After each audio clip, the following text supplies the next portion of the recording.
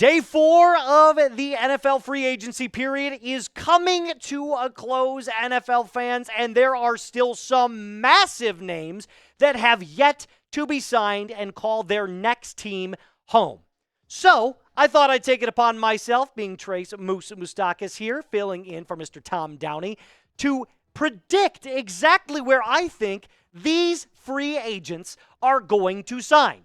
Now, before we get into my official predictions, if you love your free agency moves from your team already, make sure you hit that like button on today's video. We are trying to get to 500 likes on today's video. It's a steep ask, but I can guarantee you it is 100% worth it. On to our first free agency prediction, Mr. Cooper Kupp. Now, Cooper Kupp has been the talk of the town for the last 24 hours or so. Released by the Rams most recently, and everybody, rumors all circulating around where he's going to go, what's his price tag going to be. But before we even talk about his price, we have to look at his production over the last couple of seasons. 2021, he wins the Triple Crown. 2022, plays in 9 games, gets hurt, but still puts up pretty good numbers for only 9 games played. The drop-off has been significant in 23 and 24.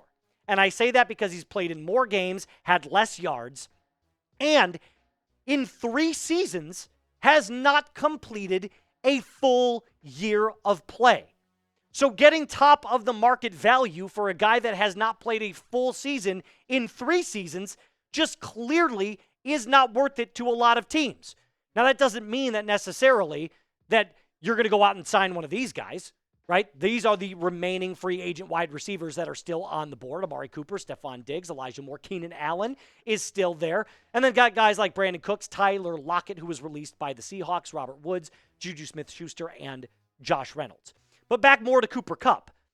Kupp is an interesting player at this point because on the one hand, if he hits and plays the full season, you could be looking at a guy who gets you 90 receptions, over 1,000 yards, and 7 or 8 touchdowns. But on the low end, if you pay him a ton of money, he could be the guy that only plays 10 games and gets you 60 or less receptions for 600 yards and 4 touchdowns. So ultimately, this all comes down to what? What the price is going to be and the best fit. And to me, the best fit is currently in LA. Not with the Rams, but with the Chargers. Think about what the Chargers did last season. They bring in Jim Harbaugh. They completely restructure the way they play football. Run first, run heavy, built through the trenches. Then they decide to go out and draft Ladd McConkey, and they release 2 of their players, Mike Williams and Keenan Allen. Well, here's some good news. Mike Williams just re-signed with you.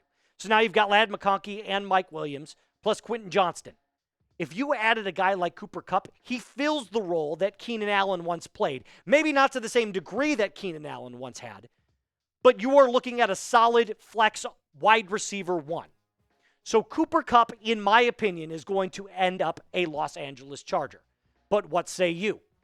Where's he going to end up?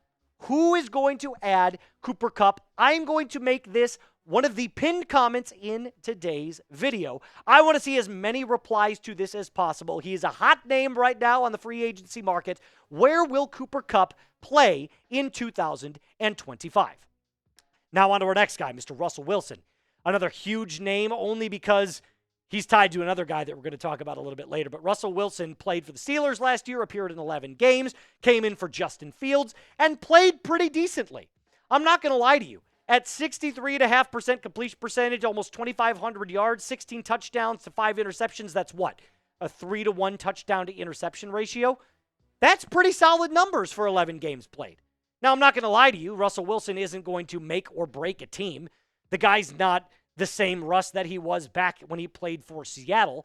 But could he be a benefit to a team that goes run heavy? Yes, absolutely. And he makes sense for a team like Pittsburgh, but they're clearly not as interested as we thought. So Russell Wilson, being 5'11", having to make plays outside of the pocket, has visited with a very recent AFC North team. He went and is visited with the Browns today.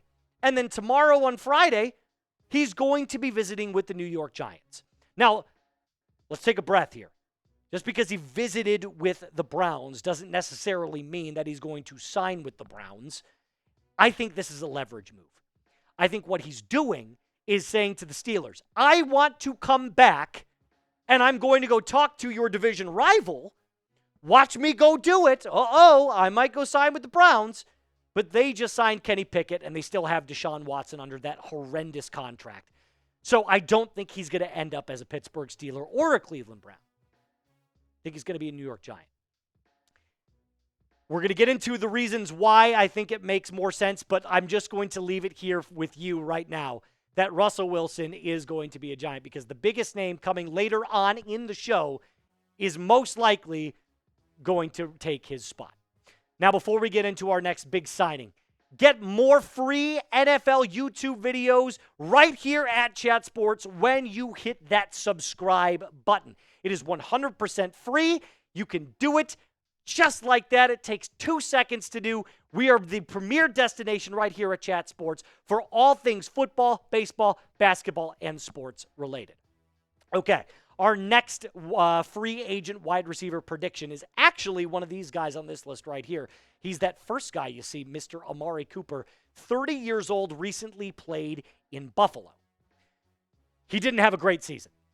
Now, also should be noted, he broke his hand, didn't make big headlines, so a lot of people in Buffalo believe that with a healthy Amari Cooper, you could see something like he did in 2023. 72 receptions, over 1,200 yards, 5 touchdowns. But I'm not so sold on that because you can't convince me that the main reason that Amari Cooper was as bad as he was because he had a broken hand and then just didn't decide to tell anybody about it. I think that contributed to his downfall and kind of the reason that he wasn't performing as well. But I also think Amari Cooper is getting older. He's 30 years old, right? We've seen that when you hit the big 3-0 mark, especially for a wide receiver, you start to regress. Now, that doesn't mean that he can't be an awesome addition as a wide receiver 2 or 3. In fact, there's one particular team that does not have any receiving talent whatsoever. The New England Patriots. They need Amari Cooper like I need air to breathe. And truth be told, getting somebody like Amari Cooper who's got all of that experience is probably the perfect fit for a young quarterback in Drake May, who we have seen have so much potential and so much talent and showcase that in his ability to get outside of the pocket and make throws downfield. So Amari Cooper, in my opinion, is going to end up as a New England Patriots, and it would be sweet to see him in a Patriots jersey. And speaking of jerseys, thank you to our friends at Fanatics. They are the sponsor of today's video. You can go start your shopping with Fanatics today. You can get this sweet Caleb Williams jersey or J.J. McCarthy jersey just like that by using this link in the comments and the description of today's video. But it's not just jerseys. They've got hats, they've got gloves, they've got shirts, they've got all kinds of apparel surrounding your favorite team, and it's all customizable as well over at Fanatics. One more time, we're going to use this link right here in the description and the comments of today's video, and thank you, Fanatics, for sponsoring today's video. Now, I know it's like beating a dead horse, and you guys have been so vocal about how much you would despise seeing his name in the news, but Aaron Rodgers is our last major NFL free agent that has yet to sign. And let's be honest, he's not the Aaron Rodgers of 2021 anymore. He's not Green Bay Aaron Rodgers. But I think we saw some hope from the second half of the 2024 season with Aaron Rodgers. The first half of the season, he was awful. He gets slightly better. The Jets are just a dumpster fire of an organization and clearly have no idea how to run a successful team. So thank God Aaron Rodgers is out of New York. But what team would vie for him? Because we saw some of the chaos in New York last year, and we all said, thank God we're staying clear of Aaron Rodgers and that whole mess.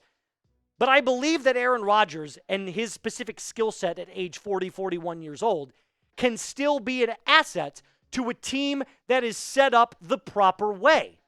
And the team that's set up the proper way is the Pittsburgh Steelers. Why? Mike Tomlin is all about defense.